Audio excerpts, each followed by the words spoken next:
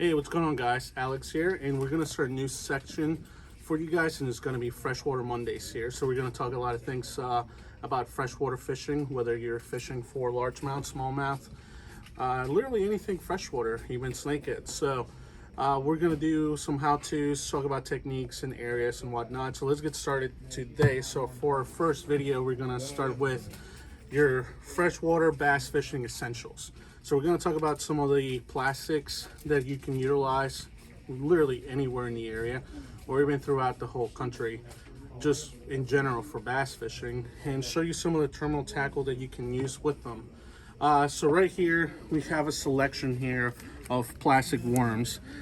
Super easy to use for all of these, and they can actually be used different ways, but we're gonna go with the most basics today. Right here we have the good old famous Zoom finesse worm, two different colors as you can see here. We got just regular curly tails or U-tails, and the most famous worm out there for bass fishing, the good old Senko. Now, a couple things you can see here.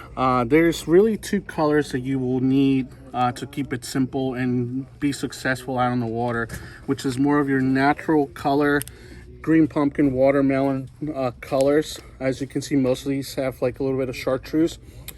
Personally, I like those because they're going they're gonna mimic little bluegills or certain small fish that they're feeding on. And then you can see the dark color ones there, which are going to be for dirty water occasions, low light, and anywhere you have any murky water, they're going to work perfectly. So we're going to start here with the Senko. As you can see here, we got some Gambler Senkos. 5-inch is your most useful profile anywhere in the country here. So the best way to rig this up, I will say, is with a 4-rod weedless hook here. This is a wide gap. You can utilize even a 3, but a 4 is the best size here. So Texas rigging is one of those things we're going to go into detail later on, but as you can see, we're going to simply just run the line through here, pull it out, run it up, and then you can see where it's coming out right here, and then just run your hook right through there and get this nice and straight. So that's going to be one way to using that, especially when you're fishing grass and all that. You really want to keep it super weedless. Now over here we have a wacky hook. This is going to be utilized with the same Senko, except now you're going to fold it in half, run the hook right through the middle, and when it's falling down, it's just going to shimmy down. So two easy ways to rig them up and easy ways to be successful out there. Sometimes, depending on the plastic, wacky rigging will actually fall a little faster while this is going to glide.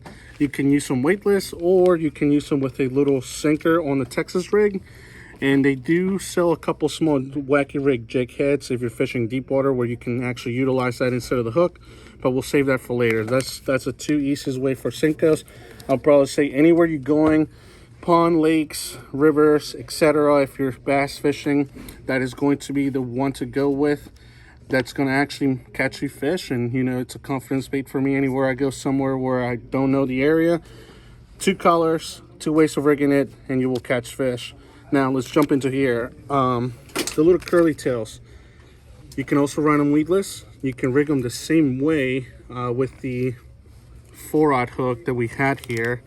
You will just switch the actual worm, and the cool thing about that is if you throw them weightless, they're going to sink a little bit slower, so more for upper water column fish. If you put a little weight on there, split shots, a little bullet weight, you can actually just bounce them off the bottom and you can swim them. Of course, you have that tail there that gives it a lot of action, and you'll catch lots of different fish with that. Now, one of the other ways and other techniques that you can use here is the trick worm. Now, why are we using this big old worm? This is about 6 inches long, but the cool thing about that is you can cut it and adjust the size to whatever size you need. More finesse applications, when fishing's a little bit tougher and you need to downsize, you can cut it down, or you can keep the whole worm in there. This is also one of those worms that you can utilize on a Texas rig with that 4-rod, or an actual finesse jig slash shaky head. And what you can do is actually same way as we were doing it with the Texas rig, except now you have the weight right here, and then you can just pull it like that. Now once again, you can adjust the size of this worm, and the cool thing about that is when it sits down, it's actually going to float up a little bit. So as you're bouncing it off the bottom, you can sit there and have this thing just sit up like that and just shake it in a spot. There's a lot of ways you can use this worm for different techniques, and once again, we'll save those for later.